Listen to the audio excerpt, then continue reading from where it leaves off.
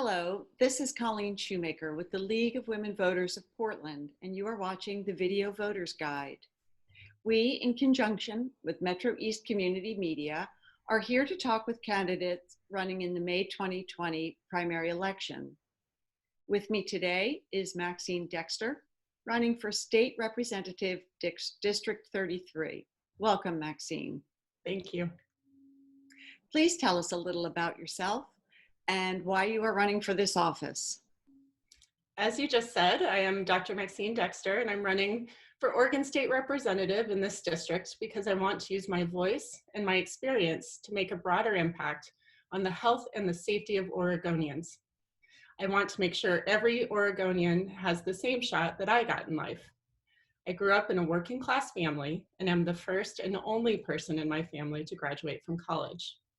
The support and resilience of my community helped empower me to achieve my dreams through hard work and dedication. Such resilience and support is much harder to find in working communities today. In my job as a doctor, I see every day how people are struggling, hardworking people doing all they can to take care of themselves and their families, and still they can't get to a place of stability. We must change that. Everyone deserves an equitable chance at success in life. I'm dedicated to making an impact as a champion for the marginalized communities across our state, as we are seeing now with the COVID-19 pandemic. Everyone's health and safety is at risk when we don't adequately care for and support various communities throughout our state. I will bring my frontline knowledge of the issues with our healthcare and social support systems and apply them at the state level with the goal to make life a bit better for everyone, especially our most vulnerable Oregonians. Thank you. So what challenges have been and will be created by the pandemic to the effective and efficient administration of Oregon state government? And how do you propose to meet those challenges?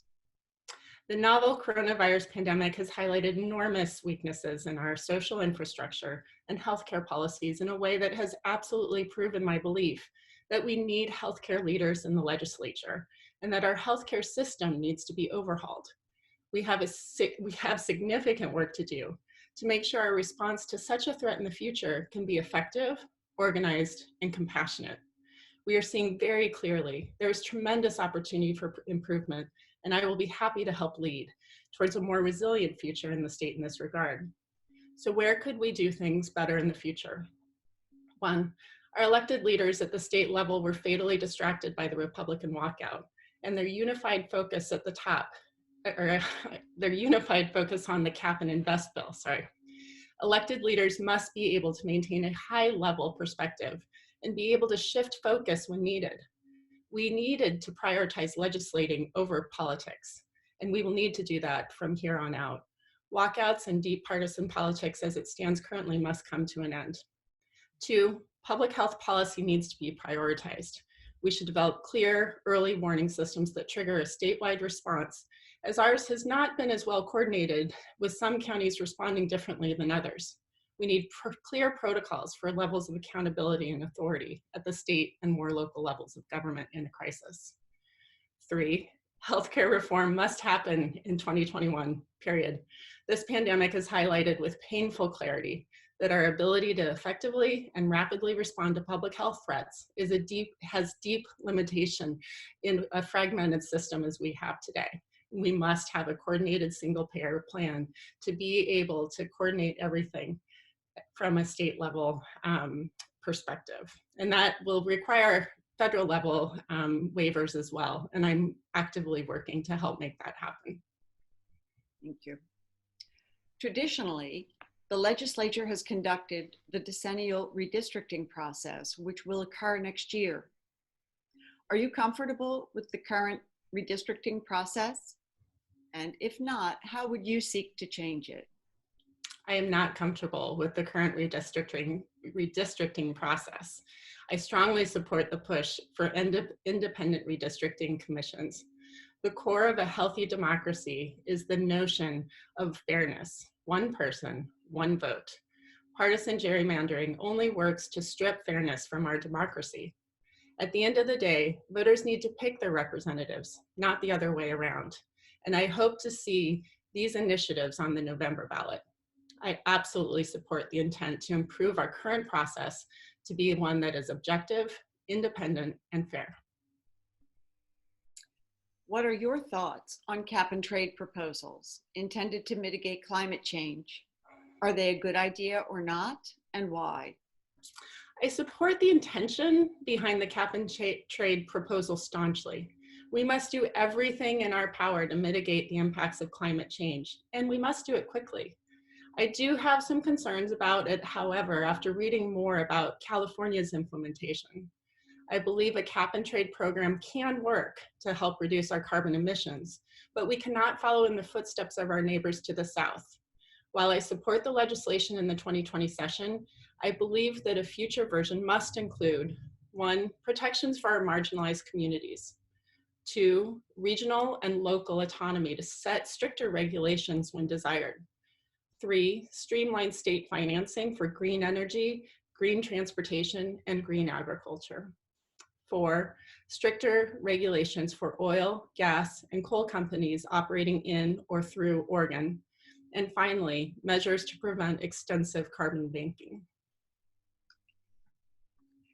What is your view of the suggestion that the legislature suspend collecting the taxes that will fund the 2019 Student Success Act? I do not support any proposal that will suspend collecting these taxes. Our state's budget will be depleted and strained in 2021 to an unprecedented degree due to the dramatic economic impacts of this COVID-19 pandemic.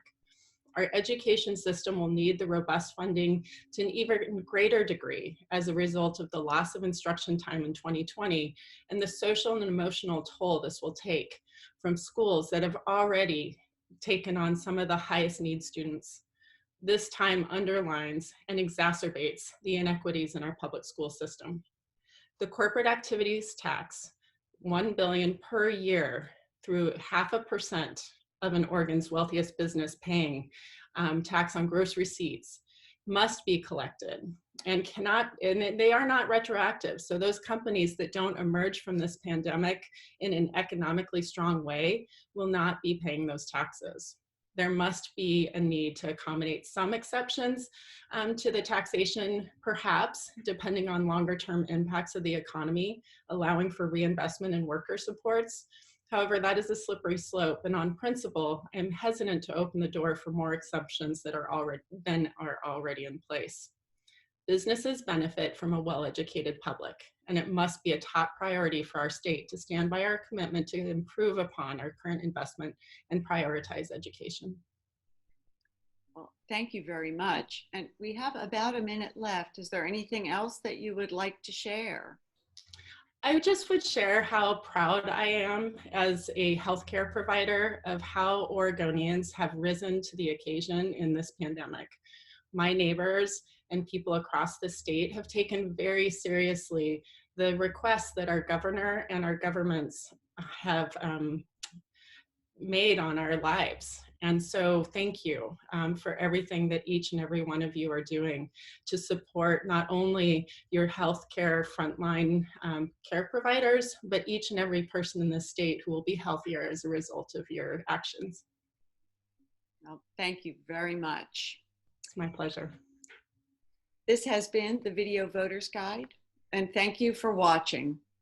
The primary election is Tuesday, May 19th. Be sure to inform yourself about the candidates and the ballot measures and exercise your right to vote.